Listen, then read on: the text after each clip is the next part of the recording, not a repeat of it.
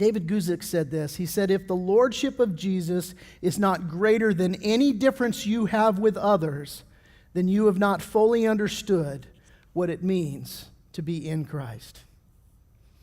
Ouch. That one hurt right there.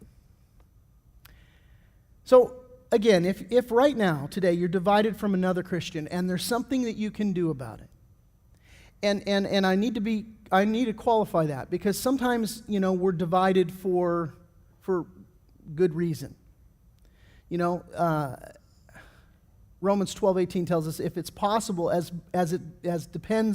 much as depends on you, live peaceably with all men. There's some people that it's out of your control. It's out of your hands. It doesn't depend on you. You've exercised a willingness to reconcile. You've exercised a willingness to be made right with somebody, and it's out of your hands.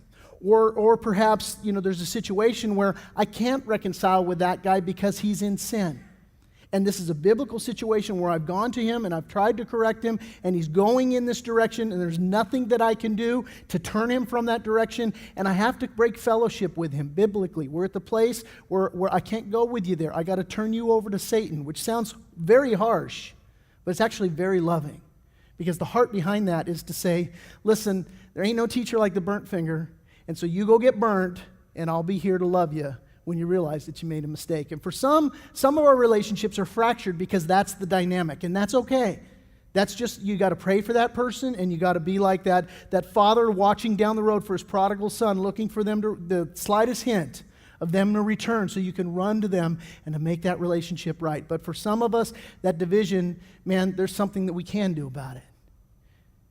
And that's where Paul says, man, if it's possible, as much as it depends on you, you need to live peaceably with all mankind.